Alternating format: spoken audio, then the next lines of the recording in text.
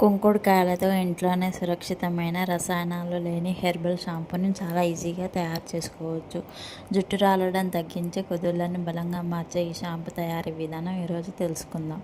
వాటికి కావాల్సిన పదార్థాలు: కుంకుడుకాయలు 10 నుండి 15, నీరు 3 గ్లాసులు. కొంతమంది ఇష్టం ఉంటే మెంతులు, ఉసిరికాయలు కూడా వేసుకోవచ్చు, కానీ మేము వేసుకోలేదు. ఇప్పుడు తయారీ విధానం చూద్దాం. ముందుగా కుంకుడుకాయలన్నీ పగలగొట్టి లోపల గింజలను తీసేయాలి. కేవలం పైన ఉండే గుజ్జును మాత్రమే వాడాలి. తర్వాత ఒక గిన్నెలో కుంకుడుకాయల తొక్కలను వేసి 3 గ్లాసుల నీరు పోసి రాత్రంతా నానబెట్టాలి. కనీసం 7-8 గంటలు నానాలి. ఉదయాన్నే గిన్నెతో సహా ఈ మిశ్రమాన్ని స్టవ్ మీద పెట్టి 10 నుండి 15 నిమిషాల పాటు బాగా మరిగించాలి. బాగా ఉడికిన తర్వాత స్టవ్ ఆఫ్ చేసి చల్లారనివ్వాలి. ఇప్పుడు చేతులతో ఈ మిశ్రమాన్ని బాగా పిసికితే మంచి నురగ వస్తుంది. ఈ మిశ్రమాన్ని ఒక పల్చని గుడ్డ లేదా స్ట్రైనర్, అంటే ఇప్పుడు వడపోత అది గంటె ఉంటుంది కదా, దాని సహాయంతో వడగట్టి ఒక బాటిల్లో నిల్వ ఉంచుకోవాలి. ఈ కుంకుడుకాయ షాంపూని తలస్నానం చేయడానికి వాడవచ్చు. ఇది జుట్టుని మృదువుగా, సిల్కీగా, ఒత్తుగా మార్చడంలో ఉపయోగపడుతుంది.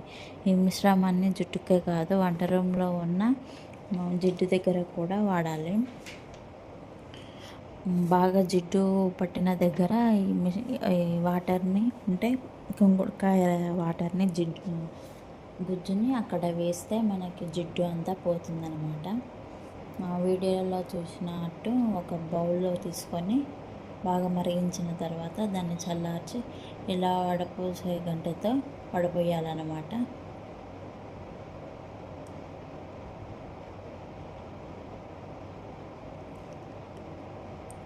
ఇలా వడపోసిన తర్వాత ఓన్లీ గుజ్జుని, వాటర్ని మాత్రమే మనం వాడుకోవాలి. పిప్పిని పక్కకు పడేయాలన్నమాట.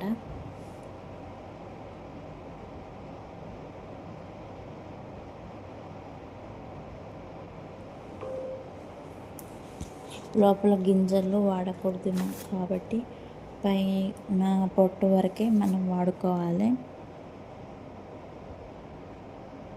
లాస్ట్లో ఇలా పొట్టుని బాగా పిసకాలి చేతులతో.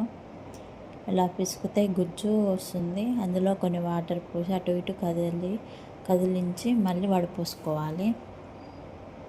ఏమైనా ఉంటే లాస్ట్లో అది కూడా వస్తుంది.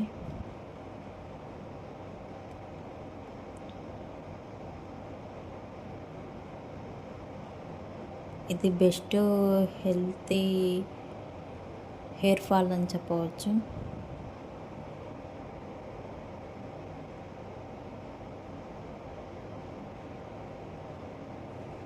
మనం ఒక బాటిల్లో వేసుకొని ఫ్రిడ్జ్లో పెట్టుకోవచ్చు. పెట్టుకొని మనకి తలస్నానం చేసినప్పుడల్లా వాడుకోవచ్చు.